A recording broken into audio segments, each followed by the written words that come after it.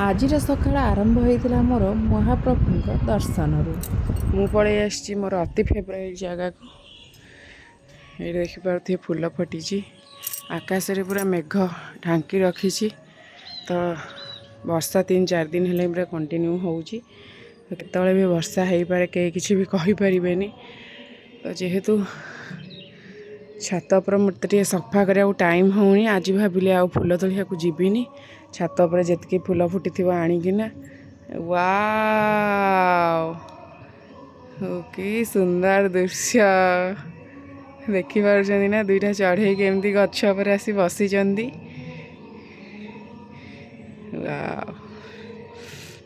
ଯାହା ହଉ ମୋ ଗଛ ଆଜି ଲଗେଇଥିବାର ପୁରା ଧନ୍ୟ ହେଇଗଲା।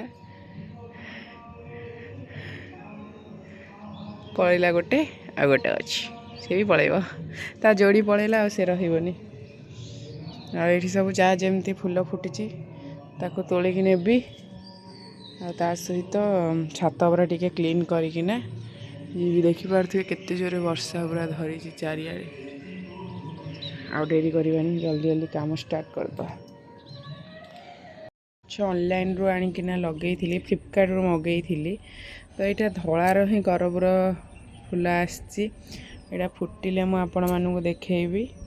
ଆଉ ଏଇଠି ମନ୍ଦାର ଡାଳ ସବୁ ଚାରା କରାଯାଇଛି, ବର୍ଷା ହେଉଛି। ତ ଏବେ ମୁଁ ଫୁଲ ତୋଳି ଦିଏ।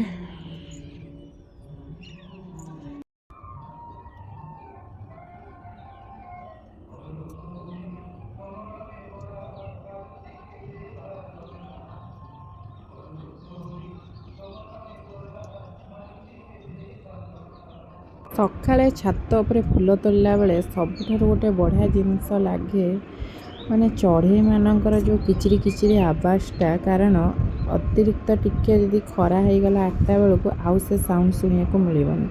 ଯଦି ସକାଳ 6ଟାରୁ 7ଟା ଭିତରେ ଯାଇଛନ୍ତି, ତାହେଲେ ସେ ସାଉଣ୍ଡଟା ଶୁଣିବାକୁ ମିଳିବ। ତ ଆଜି ମୋର ମାତ୍ର ଏତିକି ହିଁ ଫୁଲ ଫୁଟିଥିଲା ଛାତ ଉପରେ। ଏତେ ପରିଶ୍ରମ ପରେ ମୋ ଛାତ ଉପରେ ଟିକେ ପୁରା ସଫା ହେଇଗଲା, ଲାଗିଗଲା ପୁରା 2 ଘଣ୍ଟା।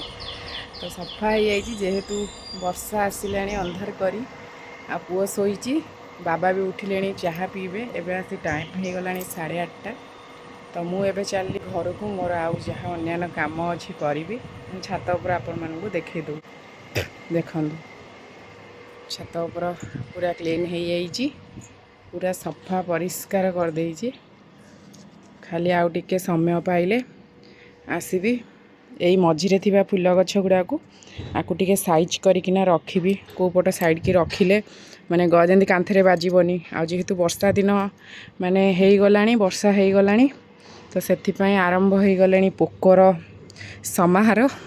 ତ ସେଥିପାଇଁ ଗଛକୁ ପୁରା କେୟାର ନେବାକୁ ପଡ଼େ ବର୍ଷା ଦିନେ, ନହେଲେ ଗେଣ୍ଡା ପୁରା ଗଛ ଖାଇକିନା ପୁରା ଉଡ଼େଇ ଦେବେ, କିଛି ରଖିବେନି। ତ ମୁଁ ଚାଲିଲି, ଏବେ ହେଇଗଲା ମୋର କାମ। ଆଉ ଆଜି ଅଳ୍ପ ଫୁଲ ଫୁଟିଥିଲା। ତ ମୁଁ ଆଜି ଯଦି ଫୁଲ ତୋଳିବାକୁ ଯାଇଥାନ୍ତି, ତାହେଲେ ମୋର ଏ ଛାତ ଉପର କାମ ଟୋଟାଲ୍ ବି କରିପାରିନଥାନ୍ତି। ତ ଛାତ ଉପରେ ଅଳିଆ ହେଇକି ପଡ଼ିଥିଲା, ଥରେ ସଫା ହେଇଗଲେ ହେଲା। ଆଉ ଏଇଟା ଦେଖନ୍ତୁ ମୋର ଗଇସ ଫୁଲ ଗଛ, ମହାଦେବଙ୍କର ଅତି ପ୍ରିୟ ଫୁଲ।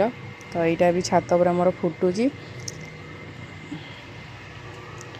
ଆଉ ଏମିତି ସବୁ ଗଛ। ଆଉ ମୁଁ ଛାତ ଉପରୁ ଆସିକିନା ଡାଇରେକ୍ଟ ଗାଧେଇ ପଡ଼ିଥିଲି, କାରଣ ଏତେ ଅପରିଷ୍କାର କାମ କରିକିନା, ମାନେ ଛାତ ଉପର ସଫା କରିବା ମାନେ ଗେଣ୍ଡା ପୋକ ଜୋକ ସବୁ ଥାଆନ୍ତି। ତ ସବୁ ସଫାସୁଫି କରିକିନା ମୋତେ ଘରେ କୌଣସି ଜିନିଷ ଛୁଇଁବାକୁ କି ରୋଷେଇ ଘରେ ପଶିବାକୁ ଟୋଟାଲ୍ ବି ଭଲ ଲାଗେନି। ତ ମୁଁ ସେଥିପାଇଁ ସକାଳେ ଗାଧେଇବା ପୂର୍ବରୁ ହିଁ ସେସବୁ କାମ ସାରିଦିଏ। ତ ଆସିକିନା ଗାଧେଇକିନା ସିଧା ଚା କରିଦେଇଥିଲି, କାରଣ ବାବା ଉଠି ପଡ଼ିଥିଲେ, ବାବାଙ୍କୁ ଚାହା ଦେବାର ଥିଲା। ଆଉ ତା ଭିତରେ ପୁଅ ବି ମୋର ଉଠି ଯାଇଥିଲା। ତ ସବୁ କାମ ସାରିକିନା ତାପରେ ମୁଁ ଠାକୁର ପୂଜା କରିଦେଇଥିଲି। ଯେହେତୁ ଅଳ୍ପ ଫୁଲ ଆଜି ଫୁଟିଥିଲା, ସେଥିପାଇଁ ମହାପ୍ରଭୁ ଆଜି ମାଳ ପିନ୍ଧି ପାରିନାହାନ୍ତି, କାରଣ ମୁଁ ଆଜି ଟଗର ଫୁଲ ତୋଳିବା ପାଇଁ ବାହାରକୁ ଯାଇନଥିଲି। କାଳେ କପାଳିନୀ ଦୁର୍ଗା କ୍ଷମା ଶିବା ଧାତ୍ରୀ ସ୍ୱାହା ସ୍ୱାଧା ନମୋସ୍ତୁତେ।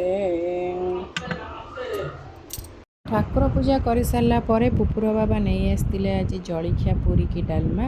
ତ ସେଥିପାଇଁ ମୋତେ ଆଜି ଟିକେ ଜଳଖିଆର ଟେନସନ୍ ନଥିଲା, କାରଣ ମୁଁ ପୂଜା କରିଲା ଭିତରେ ସେ ନେଇ ଆସିଥିଲେ।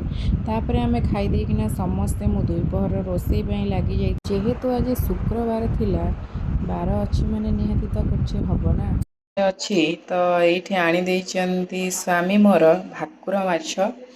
ଏଇଠି ମୁଁ ଧୋଇ ଦେଇଛି, ସେ ଲୁଣ ହଳଦୀ ପକେଇ ଦେଇଛନ୍ତି। ତା ସହିତ ଆଣି ଦେଇଛନ୍ତି ଚୁଙ୍ଗୁଡ଼ି, ଛୋଟ ଛୋଟ ଚୁନା ଚିଙ୍ଗୁଡ଼ି। କାହିଁକି ଆଣିଛନ୍ତି?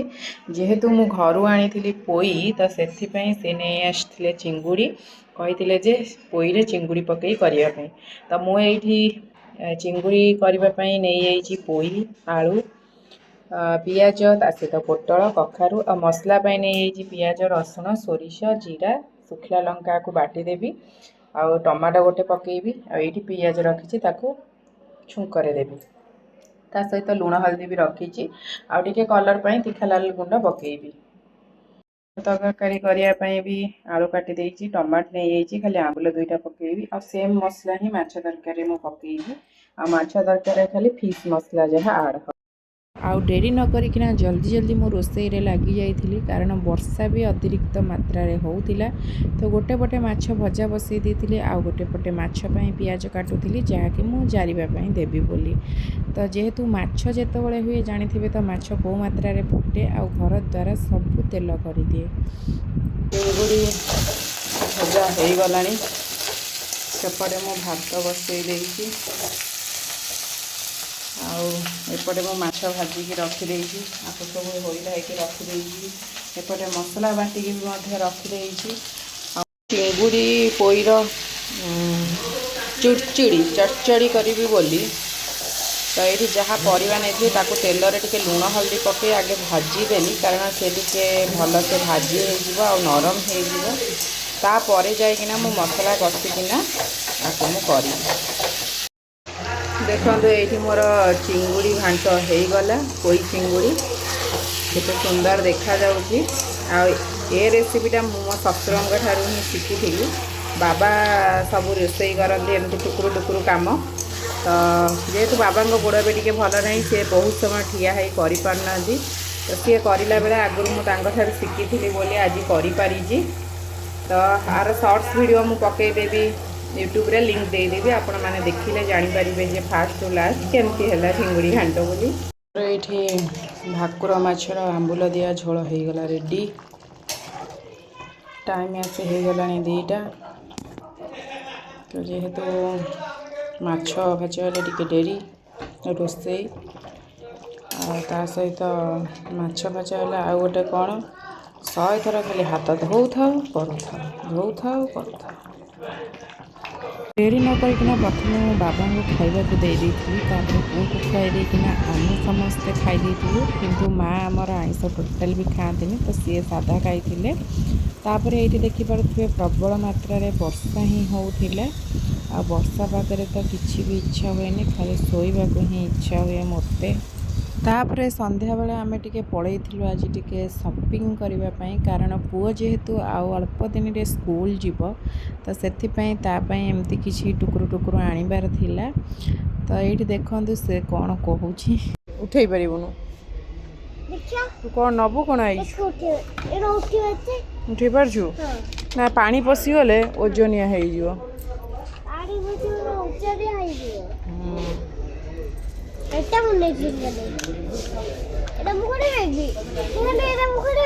ଦେଖିଆ ଖୋଲିଲ,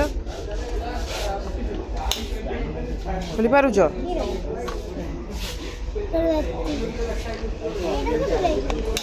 ହଉ ରହ ମୁଁ ଦେଖିଦିଏ ଏଗୁଡ଼ା ନ। ତା ପାଇଁ ଆମେ ଦେଖିଥିଲୁ ଟିକେ ଟିଫିନ୍। ତ କ'ଣ ସେ ଟିଫିନ୍ ନେବ, ତ ସେ କିଛି ତ ଜାଣୁନଥିଲା, ତାକୁ ଟିକେ ନୂଆ ନୂଆ ଖୁସି ଲାଗୁଥିଲା। କିନ୍ତୁ ଗୋଟେ ମାଆର ମନର ଟେନସନ୍ ସେଇଟା ତ ବୁଝିପାରୁଥିବେ। ପ୍ରଥମ ଥର ପାଇଁ ପୁଅ ସ୍କୁଲ ଯିବ, ତ କ'ଣ କେମିତି ତା'ର ସବୁ କରିବ ସେ କଥା ମୋତେ ଭାରି ଚିନ୍ତା ବି ଲାଗୁଥିଲା। ତାପରେ ଆମେ କିଣାକିଣି କରିସାରିଲା ପରେ ଏଇଠି ପୁପୁର ବାବା ଟିକେ ନେଇ ଆସିଥିଲେ ୱାଓ ମୋମୋ ଫ୍ରାଏଡ଼୍ ବାଲା। ତ ବହୁତ ଟେଷ୍ଟି ଥିଲା। ତ ଖାଇ ପିଇକିନା ଆମେ ଘରକୁ ଆସିଥିଲୁ। ପୁଣି ଦେଖା ହେବା ଆଉ ଗୋଟେ